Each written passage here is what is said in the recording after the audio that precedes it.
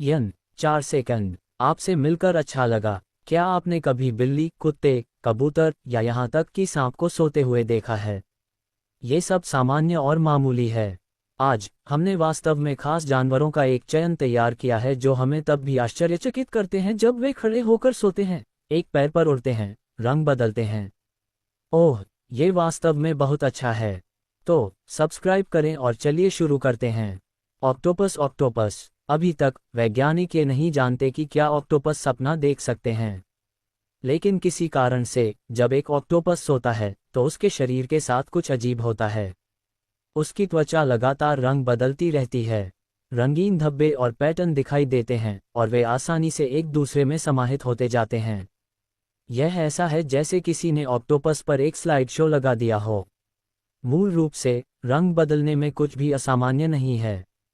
Octopus वास्तव में इसमें माहिर होते हैं, लेकिन छलावरण के अन्य जानकारों की तरह वे आमतौर पर इसे जानबूझकर करते हैं।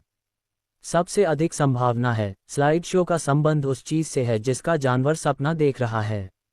उदाहरण के लिए, गहरा रंग एक संकेत है कि अपने सपने में एक ऑक्टोपस एक सफल शिकार के बाद सतह पर आया है और एक स्वादिष्ट केकड़े की संगति में आराम करने की योजना बना रहा है।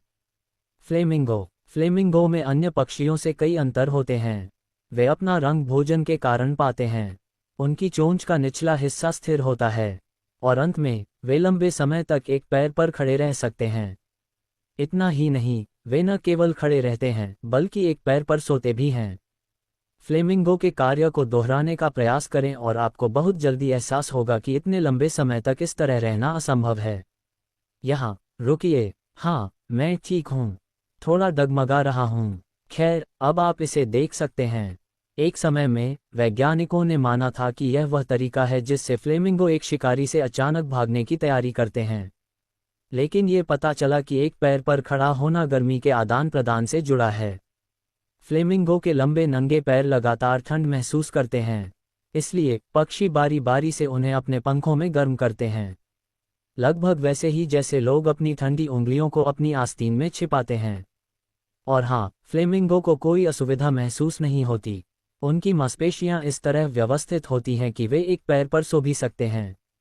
उल्लू के बच्चे। उल्लू काफी अजीब प्राणी होते हैं। मैं ठीक हूँ। थोड़े विदेशी, थोड़े डरावने, लेकिन मज़ेदार। हाँ, वे वास्तव में मज़ेदार हैं। जरा उनके लंबे पंजों को देखिए जो आपके दादाजी के पैरों और अंडरपैंट्स की तरह दिखते हैं।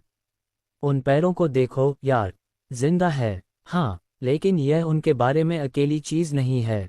छोटे उल्लू पेट के बल सोना पसंद करते हैं। हमें कोई पता नहीं है क्यों, लेकिन वे वास्तव में ऐसे सो सकते हैं। एक बहुत थके हुए मानव बच्चे की तरह, जहां वे गिरे वही बिस्तर है। और यह कोई अकेली घटना नहीं है। जब बच्चे एक शाखा पर झपकी लेते हैं तो वे अपने पंजों से मजबूती से चिपके रहते हैं ताकि वे गलती से गिर न जाएं और फिर वे अपने पेट के बल लेट जाते हैं। अगर आप पंजों के साथ किसी शाखा पर सोते हैं तो इस वीडियो को लाइक दें। हम देखेंगे कि हम में से कितने ऐसे हैं। समुद्री ऊदबिलाव। उल्लू प्यारे हैं लेकिन पर्याप्त नहीं हैं। तब हम आपको समुद्री ऊदबिलाव को देखने का सुझाव देते हैं। वे निश्चित रूप से बहुत प्यारे हैं और वे भी एक असामान्य तरीके से सोते हैं।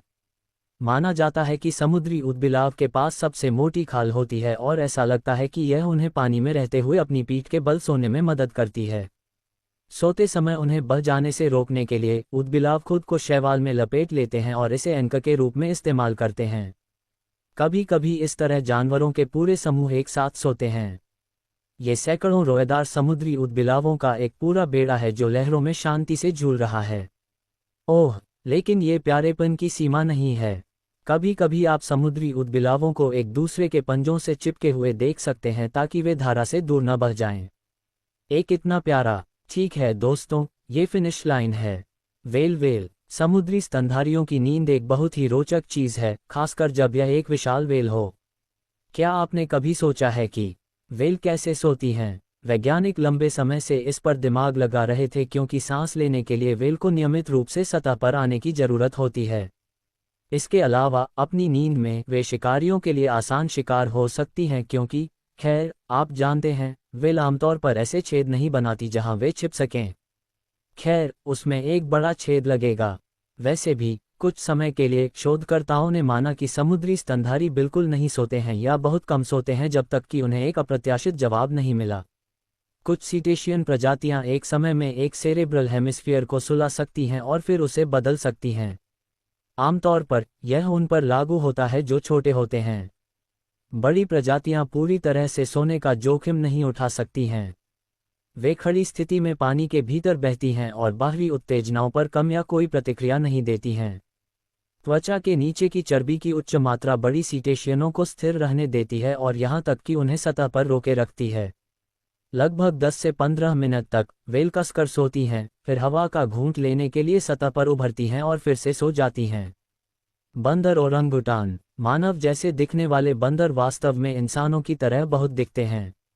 मेरा मतलब है, वे बालों वाले होते हैं और ज़्यादा आकर्षक नहीं होते हैं और वे चिल्लाते हैं, लेकिन वैसे भी हम सभी ऐसे कुछ लोगों को जानते हैं। दरअसल बंदर, विशेष रूप से ओरंगुटान, यहाँ तक कि एक बहुत ही मानवीय तरीके से सोते हैं। वे जहाँ भी जाते हैं वहाँ टूट नहीं पड़ते, बल्कि ध्यान से कुछ ऐसा बनाते हैं जैसे घोंसले, और यहाँ तक कि एक गद्दा बनाने के लिए शाखाओं और पत्तियों को एक साथ बुनते हैं। एक आरामदायक, मोटा, नर्म गद्दा जहाँ आप आराम से आराम कर सकते हैं। ओरंगुटान 6 महीने की उम्र में घोंसले बुनना शुरू कर देते हैं और सफल होने के लिए बहुत लंबे समय तक प्रशिक्षण लेते हैं। कुछ व्यक्तियों को प्रशिक्षण के लिए 3 या 4 साल लग सकते हैं। बहुत सारा समय, खासकर यदि आप याद रखें कि हम एक जंगली जानवर के बारे में बात कर रहे हैं जो वास्तव में अपने जीवन में अधिक चीजें नहीं बनाता है। अभी तक वैज्ञानिक इस बात पर बहस कर रहे हैं कि ओरंगुटान को गैदों की जरूरत ही क्यों है। कुछ तर्क देते हैं कि बंदर उन्हें बनाना शुरू कर सकते थे ताकि सोते समय वे लंबे पेड़ों से न गिरें, लेकिन अन्य शोधकर्ताओं का विपरीत मानना है। उनका मानना है कि ओरंगुटान गद्दे बुनते हैं क्योंकि वे बुन सकते हैं। बहुत मानवीय। जिराफ।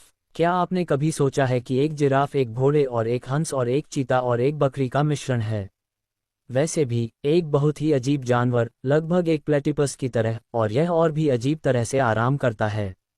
सभी स्तनधारियों में जिराफ की सबसे कम नींद की आवश्यकता होती है, 10 मिनट से 2 घंटे एक दिन में, और वह भी बिना किसी कॉफी के।